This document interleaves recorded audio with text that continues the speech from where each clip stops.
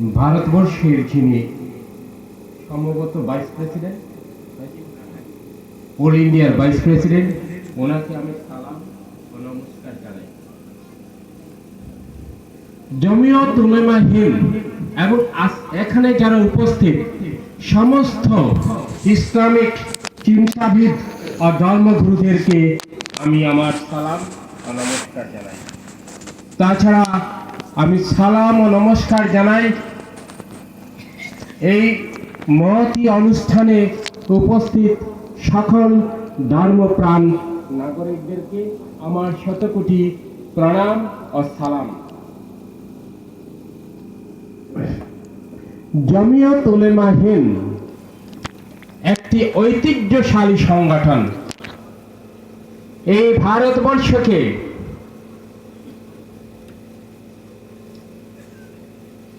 স্বাধীন সার্বভৌম ভারতবর্ষ হিসেবে গড়ে তুলতে জমিয়ত উলামা হিন্দের অপরিসীম অবদান আছে। আজও তারা এ দেশের জন্য কাজ করে যাচ্ছেন। ভারতবর্ষের উন্নতি আমাদের সকলের উন্নতি। জমিয়ত উলামা হিন্দ স্বাধীনতার আগে বা পরে ভারতবর্ষের জন্য যা করেছে তা ভাষায় প্রকাশ করে শেষ করা যাবে না।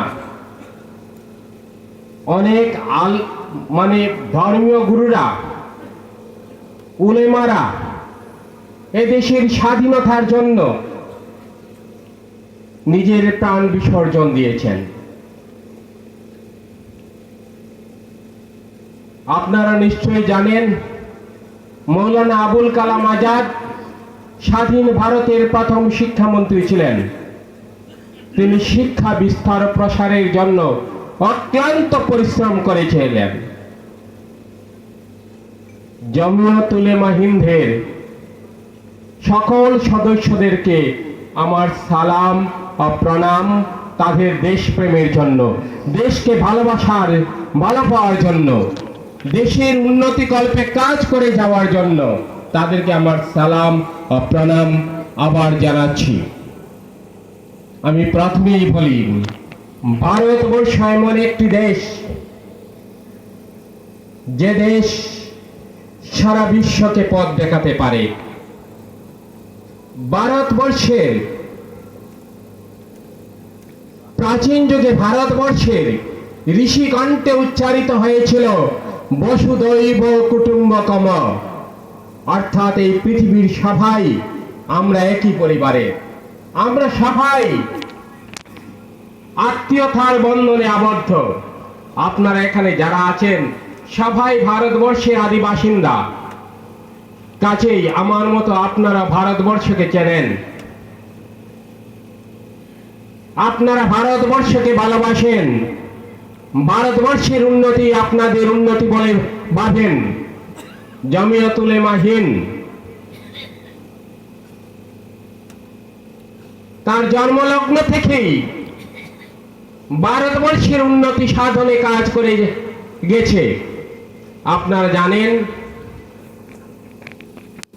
স্বাধীনতার সময়, বলবো না চলুক, দেশকে দ্বিখণ্ডিত করতে চেয়েছিল জমিয়ত উলামা হিন্দ, কিন্তু তার পক্ষপাতী নয়। তারা চেয়েছে আমরা ভারতবর্ষে থাকবো, এ দেশে জন্মেছি, এ দেশে থাকবো, এ দেশে মরবো, এ দেশই আমাদের দেশ, এ দেশের উন্নতি আমার উন্নতি। আমি আপনাদেরকে আগে বলেছিলাম যে ভারতীয় ঋষি কণ্ঠে উচ্চারিত হয়েছিল বসুধৈব কুটুম্বকম, অর্থাৎ সারা বিশ্ববাসী আমার একই পরিবারের, আমরা আত্মীয়তার বন্ধনে আবদ্ধ। যদি আমরা আত্মীয়তার বন্ধনে আবদ্ধ হয়ে থাকি, ধর্ম নিয়ে এত বিবাদ কেন? সব ধর্মের এক কথা, ভালোবাসা, প্রেম ও শান্তি। ধর্ম এসেছে দ্রি ধাতু থেকে। দ্রি মানে ধারণ করা। আমি এমন কিছু ধারণ করব যাতে আমি সুস্থভাবে বেড়ে উঠতে পারি।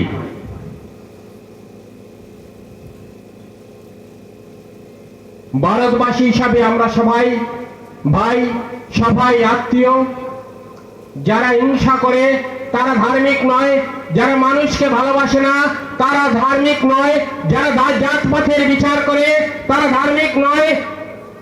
সেই ধার্মিক যে মানুষকে ভালোবাসে, যে মানুষকে শ্রদ্ধা করে, যে মানুষকে সম্মান করে, সেই ধার্মিক হতে পারে।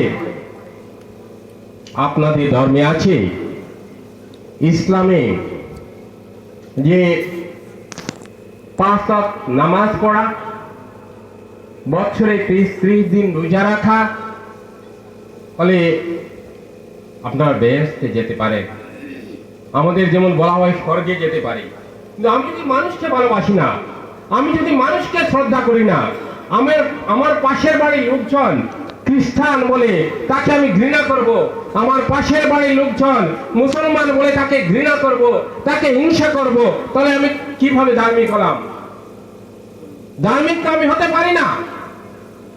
ধার্মিক আমি তখন হতে পারবো যখন মানুষকে ভালোবাসবো, মানুষকে শ্রদ্ধা করব, মানুষকে সম্মান করব, তখনই আমি ধার্মিক হতে পারবো। আমার পাশের বাড়ির লোকজন যদি না খেয়ে মরে আর আমি বিলাসী গাড়ি নিয়ে ঘুরি, তাহলে কি আমি ধার্মিক হতে? মোটেই না। আপনাদেরকে আরেক কথা বলেই, ইসলাম এত সুন্দর একটি দিক দেখিয়ে দিয়েছিল, যেটা অনেক ধর্মেই সে কথা উল্লেখ, সব ধর্মেই মানুষের কে ভালোবাসার কথা বলা হয়েছে, প্রেমের কথা বলা হয়েছে, কিন্তু ইসলাম সাম্যের কথা বলেছে। অনেকে হয়তো জানেন না। সাম্য কি জানেন? নিশ্চয়ই জানেন। আপনারা এখানে পণ্ডিত ব্যক্তিবর্গ আছেন, মানে আমরা সবাই সমান।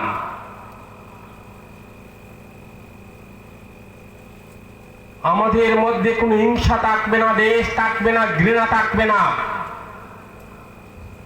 ইসলামে জাকাতের কথা বলা হয়েছে, অর্থাৎ পাশের বাড়ির লোকজন যদি এমন বিত্তশালী না হয়, খেতে অসুবিধা হয়, বিত্তবান যে আছে সে তাকে সাহায্য করবে, সেই কথাটি ইসলাম বলেছে। এত বড় কথা বলেছে, কেউ আমরা চিন্তা করতে পারি না। আমি আপনাদেরকে হিন্দু ধর্মের কথা বলেছি যে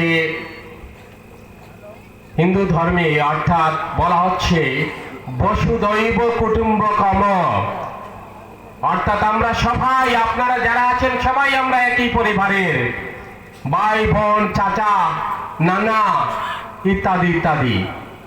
কাজে আমরা কেউ কাউকে ছেড়ে থাকতে পারবো না, তো সবাই মিলে থাকবো।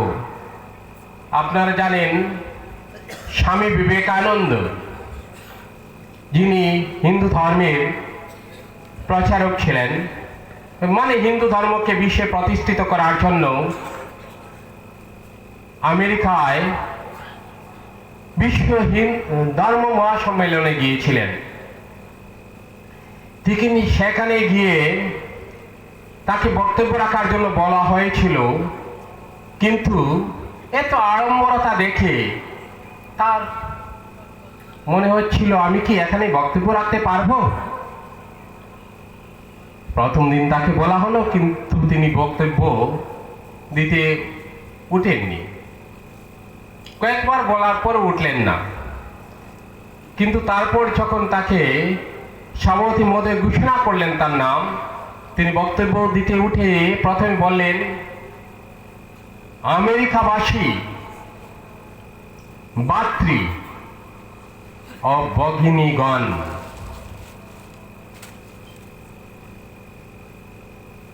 তোমাদেরকে আমার নমস্কার।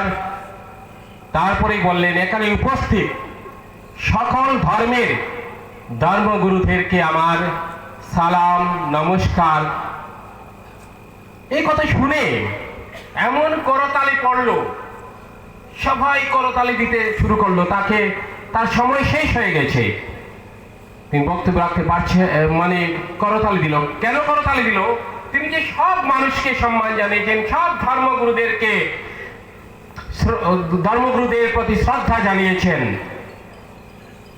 তাই তিনি বলেছেন, কি বলেছেন? মানুষকে ভালোবাসার কথা বলেছেন।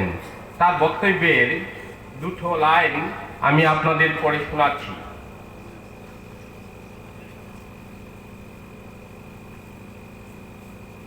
মা, আমার স্বদেশ যেখানে অবর্ণনীয় দারিদ্র্যে নিপীড়িত, সেখানে মান যশের আকাঙ্ক্ষা কে করে? মানুষ না খেয়ে মরবে আর আমি মান সম্মানের জন্য দৌড়াবো, সেটা হতে পারে না। স্বামীজির কথায়, যে দেশ সর্বধর্মের প্রসূতি স্বরূপ, তাহার নামে আমেরিকাবাসী নরনারীকে ধন্যবাদ জানাই।